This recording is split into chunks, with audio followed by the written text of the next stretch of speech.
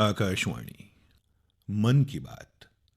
माननीय पंतप्रधान श्री नरेंद्र मोदी यांनी जनतेशी साधलेल्या संवादाचा मराठी अनुवाद आता प्रसारित करीत आहोत.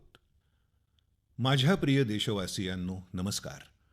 मन की बातसाठी मला आपल्या सर्वांकडून अनेक पत्र मिळाली. समाज माध्यमं आणि नमो ॲपवरही अनेक संदेश आले आहेत. त्यासाठी मी आपल्या सर्वांचा खूप आभारी आहे.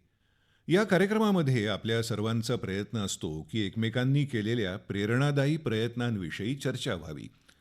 जन आंदोलनातून परिवर्तनाची गाथा संपूर्ण देशाला सांगितली जावी. याच शृंखलेमध्ये आज मी आपल्याबरोबर देशात झालेल्या एका अशा लोकचळवळीविषयी चर्चा करू इच्छितो ज्याचं देशातील प्रत्येक नागरिकांच्या जीवनात खूप महत्त्व आहे.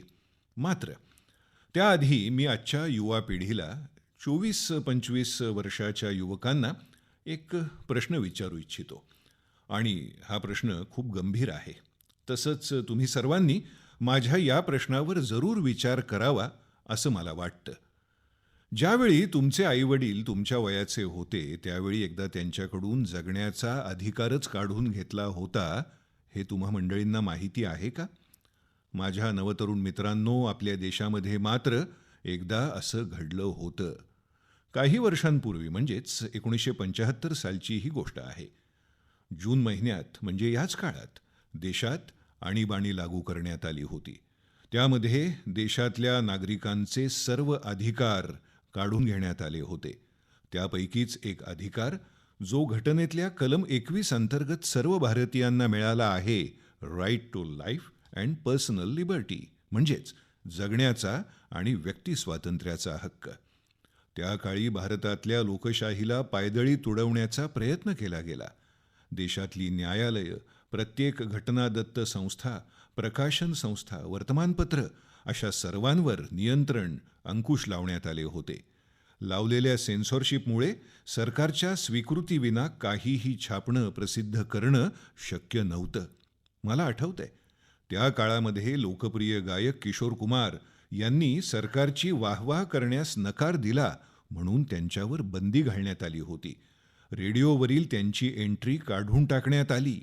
पण अनेक प्रयत्न, हजारो लोकांना अटक केली गेली आणि लाखो लोकांवर अत्याचार केल्यानंतरही भारतातल्या लोकांचा लोकशाहीवरचा विश्वास डळमळीत झाला नाही की हा विश्वास कणभरही कमी झाला नाही. भारतातल्या आपल्या लोकांवर अनेक युगांपासून जे लोकशाहीचे संस्कार झाले आहेत, सर्वांमध्ये लोकशाहीची जी भावना नसानसात भिनली आहे, शेवटी त्याच भावनेचा विजय झाला. भारतातल्या लोकांनी लोकशाही पद्धतीनेच आणीबाणी हटवून पुन्हा एकदा लोकशाहीची स्थापना केली. हुकुमशाहीच्या मानसिकतेचा, हुकुमशाहीच्या वृत्तीप्रवृत्तीचा लोकशाहीच्या पद्धतीनं पराभव केला जाणं, असं उदाहरण संपूर्ण जगामध्ये पाहायला मिळणं अवघड आहे.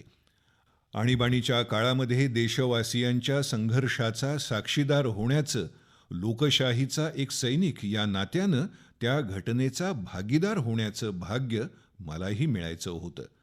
आज ज्यावेळी आपला देश स्वातंत्र्याचा 75वा वर्धापन दिन म्हणजेच अमृत महोत्सव साजरा करीत आहे, त्यावेळीही आणीबाणीचा तो भयावह काळ आपण कधीच विसरून चालणार नाही. आगामी पिढ्यांनाही त्याचं विस्मरण होऊ नये. अमृत महोत्सव म्हणजे शेकडो वर्षांच्या गुलामगिरीतून झालेल्या मुक्ततेची विजयी गाथाच नाही, तर स्वातंत्र्यानंतरच्या 75 वर्षांच्या प्रवासाचाही त्यामध्ये सहभाग आहे. इतिहासाच्या प्रत्येक महत्त्वाच्या टप्प्याकडून नवं काही शिकून आपण पुढे जात असतो. माझ्या प्रिय देशवासियांनो, आपल्या जीवनात कधी ना कधी आकाशाशी संबंधित कोणती ना कोणती कल्पना मनात आली नाही असं फारच विरळा उदाहरण असेल. बहुतेक प्रत्येकाच्या मनात आकाशाशी संबंधित एखादी तरी कल्पना नक्कीच आली असणार. लहानपणी प्रत्येकालाच आकाशातल्या चंद्रताऱ्यांच्या कथा आकर्षित करतात. युवकांना आकाशाला गवसणी घालत स्वप्नांना साकार करण्याचा पर्याय असतो. आज आपला भारत ज्यावेळी इतक्या क्षेत्रांमध्ये यश मिळवून आकाशाला गवसणी घालत आहे, त्यावेळी आकाश अथवा अंतराळ ही क्षेत्र अस्पर्शित राहतील हे कसं काय शक्य आहे? गेल्या काही दिवसांमध्ये आपल्या देशामध्ये अंतराळ क्षेत्राशी संबंधित अनेक मोठी कामं पार पडली आहेत. देशाच्या याच यशापैकी एक म्हणजे इन स्पेस या नावाच्या संस्थेची निर्मिती आहे. ही एक अशी एजन्सी आहे की अंतराळ क्षेत्रामध्ये भारताच्या खाजगी अंतराळ क्षेत्रासाठी असलेल्या नव्या संधींना प्रोत्साहन देण्याचं काम करीत आहे. या कामासाठी प्रारंभीच देशातल्या युवा वर्गाला विशेषत्वानं आकर्षित केलं आहे. या क्षेत्राशी जोडले गेलेल्या अनेक युवकांचे संदेश यावेळी मला मिळाले आहेत. काही दिवसांपूर्वीच मी इन स्पेसच्या मुख्यालयाचं लोकार्पण करण्यासाठी गेलो होतो. त्यावेळी अनेक युवकांच्या स्टार्टअप्सच्या कल्पना, त्यांचा उत्साह पाहिला. त्यांच्याबरोबर मी बराच वेळ बोललो, त्यांच्याशी संवादही साधला. तुम्हालाही याविषयी, त्यांच्या कामाविषयी जाणून खूप नवल वाटेल. उदाहरणार्थ, स्पेस स्टार्टअपची संख्या आणि वेग घ्या. काही वर्षांपूर्वी आपल्या देशामध्ये अंतराळ क्षेत्रामध्ये स्टार्टअप्सविषयी कोणीही साधा विचारही करीत नव्हतं. आज त्यांची संख्या 100हून जास्त आहे. हे सर्व स्टार्टअप्स इतक्या नाविन्यपूर्ण कल्पनांवर काम करीत आहेत की त्याविषयी आधी कोणी विचारही करत नसायचं. त्याचबरोबर खाजगी क्षेत्रासाठी तर अशा गोष्टी करणं केवळ अशक्य आहे असंच मानलं जात होतं. याचं उदाहरण म्हणून चेन्नई आणि हैदराबादच्या 2 स्टार्टअप्स देता येईल. अग्निकुल आणि स्कायरूट हे स्टार्टअप्स लॉन्च व्हेइकल म्हणजेच प्रक्षेपण वाहनं विकसित करीत आहेत, जे लहान पेलोड्स अंतराळात घेऊन जातील. यामुळे अंतराळ प्रक्षेपणाचा खर्च खूप कमी होईल असा अंदाज आहे. अशाच प्रकारे हैदराबादचं आणखी एक स्टार्टअप ध्रुव स्पेस सॅटेलाइट डिप्लॉयर आणि सॅटेलाइट उच्च तांत्रिक सौर पॅनेल्सवर कार्यरत आहे. आणखी एका अंतराळाशी संबंधित स्टार्टअप दिगंतराचे तन्वीर अहमद यांना मी भेटलो होतो. दिगंतराद्वारे अंतराळ कक्षेतला कचरा चिन्हित करण्यासाठी प्रयत्न केले जात आहेत. आता त्यांनी अंतराळामध्ये जमा होत असलेल्या कचऱ्याची विल्हेवाट कशी लावावी यासाठी उपाय शोधण्याच्या तंत्रज्ञानावर काम करावं असं आव्हानही मी दिलं आहे. दिगंतरा आणि ध्रुव स्पेस या दोन्हींचे 30 जून रोजी इस्रोच्या प्रक्षेपण वाहनाने आपलं पहिलं प्रक्षेपण करण्यात येणार आहे. याचप्रमाणे बंगळुरूच्या एका स्टार्टअप ॲस्ट्रॉमच्या स्थापनकर्त्या नेहा यांनी अतिशय कमालीच्या कल्पनेवर काम सुरू केलं आहे. त्यासाठी त्यांना तुलनेनं खूपच कमी गुंतवणूक खर्च आला असेल आणि या तंत्रज्ञानाला संपूर्ण जगभरातून मागणी येऊ शकते. मित्रांनो, इनस्पेस कार्यक्रमामध्ये मेहसाणा इथल्या शाळेतील कन्या तन्वी पटेल हिलाही मी भेटलो. ती एका खूप छोट्या उपग्रहाशी संबंधित काम करीत आहे. आगामी काही महिन्यांमध्येच तिचा उपग्रह अंतराळामध्ये प्रक्षेपित होणार आहे. तन्वीने मला गुजरातीमधून अतिशय सहजतेनं स्वतः केलेल्या कामाविषयी माहिती दिली. तन्वीप्रमाणे देशातले जवळपास 750 शालेय विद्यार्थी अमृत महोत्सवामध्ये अशाच 75 उपग्रहांवर काम करीत आहेत. विशेष आनंदाची बातमी म्हणजे यामध्ये बहुतांश विद्यार्थी देशातल्या लहान लहान शहरांमधले आहेत. मित्रांनो, हे तेच तरुण आहेत ज्यांच्या मनामध्ये काही वर्षांपूर्वी अंतराळ क्षेत्राची प्रतिमा एखाद्या गुप्त मोहिमेसारखी होती. मात्र देशाने अंतराळ क्षेत्रामध्ये सुधारणा घडवून आणल्या आणि आता हेच युवक उपग्रह प्रक्षेपित करण्याचं काम करीत आहेत. ज्यावेळी देशाचा युवक आकाशाला गवसणी घालण्यासाठी सिद्ध असतो, तर मग आपला देश मागे कसा काय राहू शकेल? माझ्या प्रिय देशवासियांनो, मन की बातमध्ये आता एका अशा विषयावर बोलणार आहे की तो विषय ऐकून आपल्या सर्वांचं मन प्रफुल्लित होईल आणि आपल्याला प्रेरणाही मिळेल. गेल्या काही दिवसांपूर्वी आपल्या ऑलिम्पिक सुवर्ण पदक विजेता नीरज चोपडा पुन्हा एकदा प्रसिद्धीच्या झोतात आले आहेत. ऑलिम्पिक नंतरही ते एका पाठोपाठ एक यशाचे नवनवीन विक्रम स्थापन करीत आहेत. नीरजने फिनलंडमधील पावो नुर्मी गेम्समध्ये रौप्य पदक जिंकलं.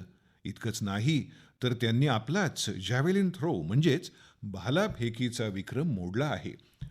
कुओर्तने क्रीडा स्पर्धेमध्ये नीरज यांनी पुन्हा एकदा सुवर्ण पदक जिंकून देशाची मान उंचावली आहे. क्रीडा स्पर्धेच्या ठिकाणी हवामान अतिशय प्रतिकूल असतानाही नीरज चोपडा यांनी हे सुवर्णपदक जिंकलं. असं प्रचंड धैर्य दाखवणं हीच आजच्या युवकाची खरी ओळख आहे. स्टार्टअप्सपासून ते क्रीडा जगतापर्यंत भारताचे युवक नवनवीन विक्रम स्थापन करीत आहेत. अलीकडेच आयोजित केलेल्या खेलो इंडिया युवा क्रीडा स्पर्धेतही आपल्या खेळाडूंनी अनेक नवीन विक्रम नोंदवले आहेत. तुम्हाला हे जाणून घ्यायला आनंद वाटेल की या खेळांमध्ये एकूण नवीन 12 विक्रम नोंदवले गेले. इतकंच नाही तर यापैकी 11 विक्रम महिला खेळाडूंच्या नावावर जमा झाले आहेत. मणिपूरच्या मार्टिना देवी यांनी भारोत्तोलनमध्ये 8 विक्रम नोंदवले आहेत. त्याचप्रमाणे संजना, सोनाक्षी आणि भावना यांनीही आपले वेगवेगळे नवे विक्रम प्रस्थापित केले आहेत. आगामी काळामध्ये आंतरराष्ट्रीय क्रीडा स्पर्धांमध्ये भारताची पतप्रतिष्ठा किती वाढणार आहे हे या खेळाडूंनी आपल्या कठोर परिश्रमांनी दाखवून दिलं आहे. या सर्व क्रीडापटूंचं मी अभिनंदन करतो आणि त्यांना भविष्यातल्या स्पर्धांसाठी शुभेच्छाही देतो. मित्रांनो, खेलो इंडिया युवा स्पर्धेची आणखी एक विशेष गोष्ट म्हणजे यावेळीही असे अनेक प्रतिभावान खेळाडू समोर आले की त्यांनी आपल्या जीवनामध्ये खूप कठीण संघर्ष केला आणि यशोशिखर गाठलं. त्यांच्या यशामध्ये त्यांचे कुटुंबीय आणि त्यांच्या मातापित्यांचीही मोठी भूमिका आहे. 70 किलोमीटर सायकलिंग स्पर्धेमध्ये सुवर्णपदक जिंकणारा श्रीनगरचा आदिल अल्ताफ याचे पिता टेलरिंगचं काम करतात. मात्र त्यांनी आपल्या मुलाचं स्वप्न पूर्ण करण्यासाठी कोणतीही कसर ठेवली नाही. आज आदिलने आपल्या पित्याची मान उंचावली आहे आणि संपूर्ण जम्मू काश्मीरसाठी अभिमानास्पद कामगिरी केली आहे. वेटलिफ्टिंगमध्ये सुवर्णपदक जिंकणारा चेन्नईचा धनुष याचे वडीलही साधं सुतारकाम करतात. सांगलीची कन्या काजोल सरगर हिचे वडील चहा विक्रीचं काम करतात. काजोल आपल्या वडिलांच्या कामात मदतही करते आणि ती वेटलिफ्टिंगचा सरावही करीत होती. तिने आणि तिच्या कुटुंबाने घेतलेले परिश्रम कारणी लागले आणि काजोलनं सर्वांकडून शाबासकी मिळवली. अगदी याचप्रमाणे नवलपूर्ण काम रोहतकच्या तनूने केलं आहे. तनूचे वडील राजबीर सिंह रोहतकमध्ये एका शाळेच्या बसचे चालक आहेत. तनूने कुस्तीमध्ये सुवर्णपदक जिंकून आपलं आणि आपल्या कुटुंबाचं, आपल्या वडिलांचं स्वप्न सत्यामध्ये आणून दाखवलं. मित्रांनो, क्रीडा जगतामध्ये आता भारतीय क्रीडापटूंचा दबदबा वाढतोय. त्याचबरोबर भारतीय क्रीडा प्रकारांनाही नवीन ओळख मिळत आहे. यंदा खेलो इंडिया युवा स्पर्धांमध्ये ऑलिम्पिकमध्ये होणाऱ्या स्पर्धांशिवाय 5 स्वदेशी क्रीडांच्या स्पर्धांचाही समावेश केला होता. हे 5 खेळ आहेत गतका, थांग ता, योगासन, कलरियापट्टू आणि मल्लखांब. मित्रांनो, भारतामध्ये अशा प्रकारची क्रीडा स्पर्धा भरवण्यात येणार आहे की ज्या खेळाचा जन्म अनेक युगांपूर्वी आपल्याच देशामध्ये झाला होता. या स्पर्धेचं आयोजन 28 जुलैपासून होत आहे. ही स्पर्धा आहे बुद्धिबळ ऑलिम्पियाड. यावेळी बुद्धिबळ ऑलिम्पियाडमध्ये 180हून अधिक देश सहभागी होत आहेत. खेळ आणि तंदुरुस्ती या विषयावरची आजची आपली ही चर्चा आणखी एका व्यक्तीचं नाव घेतल्याशिवाय पूर्ण होऊ शकणार नाही. हे नाव आहे तेलंगणाच्या पर्वतारोही पूर्णा मालावत. पूर्णा यांनी 7 समिट्स चॅलेंज पूर्ण करून विजयाचा ध्वज फडकावला आहे. 7 समिट्स चॅलेंज म्हणजे जगातल्या सर्वात अवघड आणि सर्वात उंच 7 पर्वतांवर चढाई करण्याचं आव्हान पूर्ण करणे. पूर्णा यांनी आपल्या दुर्दम्य धाडसाने उत्तर अमेरिकेतल्या सर्वात उंच पर्वतावर माउंट देनालीवर चढाई यशस्वी करून दाखवली आणि देशाचा अभिमान वाढवला आहे. पूर्णा या भारतकन्येने वयाच्या अवघ्या 13व्या वर्षी माउंट एव्हरेस्टवर यशस्वी चढाई करण्याचा पराक्रम केला होता. मित्रांनो, आता खेळांचा विषय निघालाच आहे तर मी आज भारताच्या सर्वात प्रतिभावान क्रिकेट खेळाडूंपैकी एक असलेल्या मिताली राजबद्दल काही बोलू इच्छितो. तिने याच महिन्यात क्रिकेटमधून निवृत्ती घेत असल्याची घोषणा केली आणि या बातमीने अनेक क्रीडा रसिक भावूक झाले आहेत. मिताली केवळ एक अत्युत्कृष्ट खेळाडू नाहीये, तर ती अनेक खेळाडूंसाठी प्रेरणेचा एक मोठा स्रोत देखील आहे. मी मितालीला तिच्या उज्ज्वल भविष्यासाठी खूप खूप शुभेच्छा देतो. माझ्या प्रिय देशवासियांनो, आपण मन की बात या कार्यक्रमात अधूनमधून कचऱ्यापासून समृद्धी मिळवण्यासाठी सुरू असलेल्या प्रयत्नांबद्दल चर्चा करत असतो. असंच एक उदाहरण आहे मिझोरम राज्याची राजधानी आयझॉल या शहरातलं. या शहरात चिटे लुई नावाची एक सुंदर नदी आहे. अनेक वर्षांपासून दुर्लक्षित राहिल्यामुळे ही नदी घाण आणि कचऱ्याचा ढीग बनली होती. गेल्या काही वर्षांपासून या नदीला वाचवण्याचे प्रयत्न सुरू झाले आहेत. तेथील स्थानिक सरकारी संस्था, स्वयंसेवी संस्था आणि स्थानिक रहिवासी एकत्र येऊन सेव्ह चिटे लुई म्हणजे चिटे लुई नदीला वाचवण्यासाठीच्या कृती योजनेनुसार काम करत आहेत. नदीचा प्रवाह स्वच्छ करण्यासाठीच्या या मोहिमेनं कचऱ्यापासून संपत्ती निर्माण करण्याचा मार्ग खुला करून दिला आहे. खरं तर या नदीच्या पात्रात आणि दोन्ही किनाऱ्यांवर प्रचंड प्रमाणात प्लास्टिक आणि पॉलिथिनचा इतर कचरा साठला होता. नदीचा प्रवाह मोकळा करणाऱ्या संस्थेनं या पॉलिथिनचा वापर करून रस्ते तयार करण्याचा निर्णय घेतला. म्हणजेच नदीच्या पात्रातून काढण्यात आलेल्या कचऱ्यापासून मिझोरमच्या एका गावात त्या राज्यातला सर्वात पहिला प्लास्टिकपासून निर्मित रस्ता तयार झाला. म्हणजेच स्वच्छता देखील झाली आणि विकास देखील झाला. मित्रांनो, पुदुचेरीच्या युवकांनी त्यांच्या स्वयंसेवी संस्थांच्या माध्यमातून असाच एक उपक्रम हाती घेतला आहे. पुदुचेरी हे शहर समुद्रकिनारी वसलेलं आहे. तिथले देखणे किनारे आणि समुद्राचे देखावे पाहण्यासाठी फार मोठ्या संख्येनं पर्यटक तिथे येतात. पुदुचेरीच्या समुद्र किनाऱ्यावर देखील प्लॅस्टिकच्या कचऱ्यामुळे घाण वाढत चालली होती आणि म्हणून आपले समुद्र किनारे तसेच तिथली स्थानिक परिसंस्था वाचवण्यासाठी तिथल्या स्थानिक लोकांनी रिसायकलिंग फॉर लाईफ अभियान सुरू केलं आहे. आजच्या घडीला पुदुचेरीच्या कराईकल भागात रोज हजारो किलो कचरा संकलित केला जातो. त्याचं वर्गीकरण करण्यात येतं. त्यातील जैविक कचऱ्याचा वापर खत निर्माण करण्यासाठी केला जातो. इतर गोष्टी वेगळ्या करून त्यांच्यावर पुनर्प्रक्रिया करण्यात येते. अशाच प्रकारचे उपक्रम प्रेरणादायी तर आहेतच, शिवाय ते भारताच्या एकल वापराच्या प्लास्टिक विरुद्ध सुरू असलेल्या अभियानाला अधिक चालना देखील देतात. मित्रांनो, आज मी जेव्हा तुमच्याशी बातचीत करतो आहे त्याच वेळेस हिमाचल प्रदेशात एक अत्यंत अनोखी सायकल रॅली देखील सुरू आहे. त्याबद्दल आज मी तुम्हाला अधिक माहिती देणार आहे. स्वच्छतेचा संदेश घेऊन सायकल स्वारांचा एक गट सिमल्याहून मंडीला जाण्यासाठी निघाला आहे. हे लोक डोंगराळ भागातील अवघड रस्त्यांवरून सुमारे 1.25 किलोमीटरचं हे अंतर सायकलवरून पार करणार आहेत. या गटात लहान मुलं देखील आहेत, तसंच ज्येष्ठ नागरिक देखील आहेत.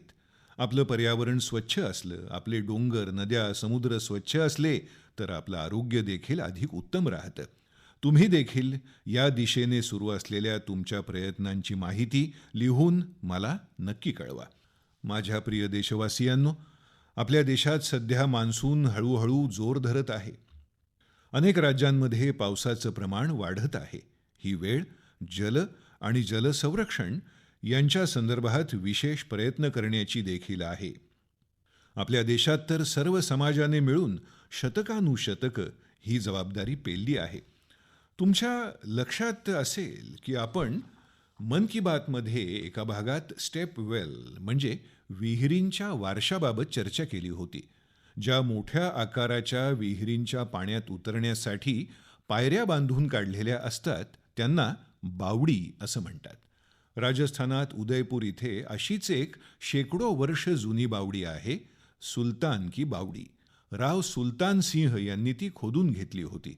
मात्र तिच्याकडेही दुर्लक्ष झाल्यामुळे तो परिसर हळूहळू निर्जन होत गेला आणि तिथे कचरा घाणीचं साम्राज्य निर्माण झालं. एके दिवशी काही तरुण फिरत फिरत या जागेपर्यंत पोहोचले आणि या विहिरीची दशा पाहून अत्यंत दुःखी झाले. त्या तरुणांनी त्याच क्षणी सुलतान की बावडीचं रूप आणि नशीब बदलण्याचा निर्धार केला. त्यांनी त्यांच्या या मोहिमेला नाव दिलं सुलतान से सूरतान. तुम्ही विचार कराल की हे सूरतान काय आहे? तर या युवकांनी त्यांच्या प्रयत्नातून केवळ या विहिरीचा कायाकल्प घडवून आणला नाही, तर त्यांनी या विहिरीला संगीताच्या सूर आणि तालांशी जोडलं.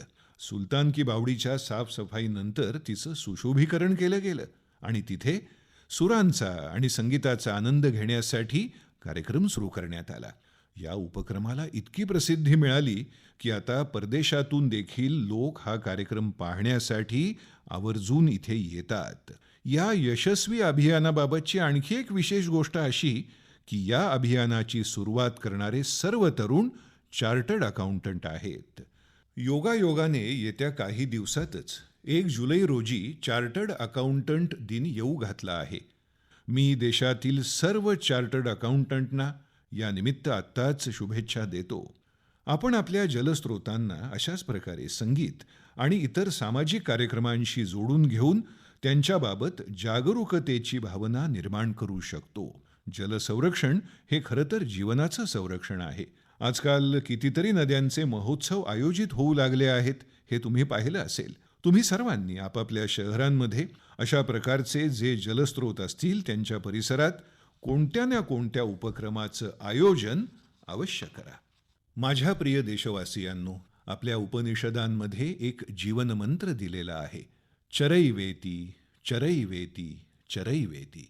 तुम्ही देखील हा मंत्र ऐकलेला असेल. त्याचा अर्थ आहे चालत राहा, चालत राहा. हा मंत्र आपल्या देशात अत्यंत लोकप्रिय आहे, कारण सतत चालत राहणे, गतिशील असणे हा आपल्या स्वभावाचा भाग आहे. एक देश म्हणून आपण हजारो वर्षांची विकास यात्रा करून इथपर्यंत येऊन पोचलेलो आहोत. एक समाज म्हणून आपण नेहमीच नवे विचार, नवे बदल यांचा स्वीकार करून पुढे आलो आहोत. याच्या पाठीमागे आपली सांस्कृतिक गतिशीलता आणि तीर्थयात्रांचं फार मोठं योगदान आहे.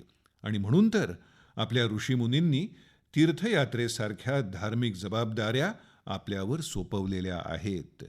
आपण सर्वजण वेगवेगळ्या तीर्थयात्रा करत असतो. यावर्षी चारधाम यात्रेमध्ये किती प्रचंड संख्येनं भाविक सहभागी झाले ते तुम्ही सर्वांनी पाहिलं असेलच. आपल्या देशात वेळोवेळी वेगवेगळ्या देवांच्या यात्रा देखील निघत असतात. देवांच्या यात्रा म्हणजे केवळ भाविकच नव्हे, तर आपले देव देखील यात्रेसाठी निघतात. आता काही दिवसातच म्हणजे 1 जुलैपासून भगवान जगन्नाथांची यात्रा सुरू होणार आहे. ओदिशामधील पुरीच्या या यात्रेची माहिती तर प्रत्येक देशवासियाला आहे. या प्रसंगी पुरीला जाता यावं असं प्रत्येक भाविकाला वाटत असतं. इतर राज्यांमध्ये देखील अत्यंत उत्साहानं जगन्नाथाची यात्रा काढण्यात येते. आषाढ महिन्यातील द्वितीयेपासून भगवान जगन्नाथाची यात्रा सुरू होते. आपल्या ग्रंथांमध्ये आषाढस्य द्वितीय दिवसे रथयात्रा अशा प्रकारचे संस्कृत श्लोक आपल्याला वाचायला मिळतात. गुजरातमध्ये अहमदाबाद शहरात देखील दरवर्षी आषाढ द्वितीयेपासून रथयात्रा सुरू होते. मी गुजरातेत असताना मला देखील दरवर्षी या रथयात्रेत सहभागी होण्याचं भाग्य लाभत होतं. आषाढ द्वितीया, जिला आषाढ बीज देखील म्हणतात, त्याच दिवशी कच्छ समाजाचं नववर्ष देखील सुरू होतं. मी माझ्या सर्व कच्छी बंधू भगिनींना नववर्षाच्या शुभेच्छा देऊ इच्छितो. माझ्यासाठी ती तिथी अजून एका कारणासाठी विशेष महत्त्वाची आहे. मला आठवतंय, आषाढ द्वितीयेच्या 1 दिवस आधी म्हणजे आषाढ महिन्याच्या पहिल्या दिवशी आम्ही गुजरातमध्ये एका संस्कृत उत्सवाची सुरुवात केली होती. या उत्सवात संस्कृत भाषेतील गीत, संगीत आणि सांस्कृतिक कार्यक्रमांचं आयोजन करण्यात येतं. या कार्यक्रमाचं नाव आहे आषाढस्य प्रथम दिवसे. या उत्सवाला हे विशिष्ट नाव देण्याचं देखील खास कारण आहे. खरं तर संस्कृत भाषेतील महान कवी कालिदास यांनी आषाढ महिन्यापासून वर्षा ऋतूच्या आगमन प्रसंगी मेघदूत या नावाचं महाकाव्य लिहिलं होतं. मेघदूतात एक श्लोक आहे, आषाढस्य प्रथम दिवसे मेघम अश्लिष्ट सानुम, म्हणजे आषाढ मासाच्या पहिल्या दिवशी पर्वत शिखरांना वेधून बसलेल्या मेघा. आणि हाच श्लोक या उत्सवाच्या आयोजनाचा आधार झाला होता. मित्रांनो, अहमदाबाद असो वा पुरी, भगवान जगन्नाथ त्यांच्या या यात्रेच्या माध्यमातून आपल्याला अनेक सखोल मानवी शिकवण देत असतात. भगवान जगन्नाथ जगाचे स्वामी तर आहेतच, पण त्यांच्या या यात्रेत गरीब आणि वंचित समुदायांचा विशेष सहभाग असतो. प्रत्यक्ष भगवान देखील समाजाच्या प्रत्येक घटकासोबत आणि प्रत्येक व्यक्तीसोबत चालतात. अशाच प्रकारे आपल्या देशात ज्या विविध प्रकारच्या यात्रा होतात त्यांच्यामध्ये गरीब श्रीमंत उच्च नीच असा कोणताही भेदभाव बघायला मिळत नाही. या सर्व भेदभावांपेक्षा अधिक उच्च पातळी गाठून यात्राच सर्वात महत्त्वाची ठरते. उदाहरण सांगायचं तर महाराष्ट्रातल्या पंढरपूरच्या यात्रेबद्दल तुम्ही सर्वांनी नक्कीच ऐकलं असेल. पंढरपूरच्या यात्रेत कोणी मोठा नसतो आणि कोणी लहान नसतो. यात्रेतला प्रत्येक जण वारकरी असतो, विठ्ठलाचा भक्त असतो. आता 4च दिवसांनी अमरनाथ यात्रा देखील सुरू होते आहे. संपूर्ण देशभरातील श्रद्धाळू भाविक अमरनाथ यात्रेसाठी जम्मू काश्मीरला पोहोचतात. जम्मू काश्मीरची स्थानिक जनता देखील तेवढ्याच उत्साहाने या तीर्थयात्रेची जबाबदारी पार पाडते आणि यात्रेकरूंची सर्व प्रकारे मदत करते. मित्रांनो, दक्षिण भारतात शबरीमाला यात्रेला देखील असंच विशेष महत्त्व आहे. शबरीमालेच्या डोंगरावर असलेल्या भगवान अय्यप्पा यांचं दर्शन घेण्यासाठी तिथे पोहोचण्याचा मार्ग संपूर्णपणे घनदाट जंगलांनी वेढलेला होता. त्या काळापासून ही यात्रा सुरू आहे. आजच्या काळात देखील जेव्हा लोक या यात्रेसाठी तिथे जातात तेव्हा त्यांच्या धार्मिक विधींपासून त्यांच्या राहण्या खाण्याची सोय करण्यापर्यंत तेथील गरिबांना उपजीविकेच्या कितीतरी संधी निर्माण होतात. म्हणजेच या तीर्थयात्रा प्रत्यक्षात आपल्याला गरिबांची सेवा करण्याची संधी उपलब्ध करून देतात आणि गरिबांसाठी देखील त्या तितक्याच हितकारक ठरतात. म्हणूनच आज देश देखील आता या आध्यात्मिक यात्रांच्या आयोजनात भाविकांना अधिक सुविधा उपलब्ध करून देण्यासाठी इतके प्रयत्न करत आहे. तुम्ही देखील अशा एखाद्या यात्रेला जाल तेव्हा तुम्हाला अध्यात्मासोबत एक भारत श्रेष्ठ भारत याचं देखील दर्शन होईल. माझ्या प्रिय देशवासियांनो, नेहमीप्रमाणेच यावेळी देखील मन की बातच्या माध्यमातून तुम्हा सर्वांशी जोडले जाण्याचा हा अनुभव अत्यंत सुखद होता. आपण देशवासियांची यशस्वी कामगिरी आणि प्रगतीची चर्चा केली. या सर्वांसोबतच आपल्याला कोरोनाविरुद्ध सावधगिरी बाळगण्याची देखील काळजी घ्यायची आहे. अर्थात आपल्या देशाकडे कोरोना प्रतिबंधक लसीचं संरक्षक कवच आहे, ही सर्वात समाधानकारक गोष्ट आहे. आपण देशवासियांना या लसीच्या 200 कोटी मात्रा देण्याच्या उद्दिष्टापर्यंत पोहोचतो आहोत. देशात प्रिकॉशन डोस देण्याचं काम देखील वेगात सुरू आहे. जर लसीची दुसरी मात्रा घेतल्यानंतर आता तुमच्या प्रिकॉशन डोसची वेळ झाली असेल तर तुम्ही ही तिसरी मात्रा अवश्य घेतली पाहिजे. तुमच्या कुटुंबातील सर्वांना, विशेषतः वृद्धांना प्रिकॉशन डोस अवश्य द्या. आपल्याला वेळोवेळी हात स्वच्छ करणं तसंच मास्कचा योग्य वापर करणं या गोष्टी देखील पाळल्या पाहिजेत. त्याचबरोबर पावसाळ्याच्या दिवसांमध्ये आजूबाजूला पसरलेल्या घाणीमुळे जे रोग होऊ शकतात त्यापासून देखील आपल्याला सावध राहणं आवश्यक आहे. तुम्ही सर्वांनी सजग असा, निरोगी राहा आणि अशाच उत्साहाने पुढे जात राहा. पुढच्या महिन्यात आपण पुन्हा एकदा भेटूच. तोपर्यंत खूप खूप धन्यवाद. नमस्कार. मन की बात. माननीय पंतप्रधान श्री नरेंद्र मोदी यांनी जनतेशी साधलेल्या संवादाचा मराठी अनुवाद आपण ऐकला. हा मराठी अनुवाद आकाशवाणी मुंबई केंद्रावरून प्रसारित करण्यात आला.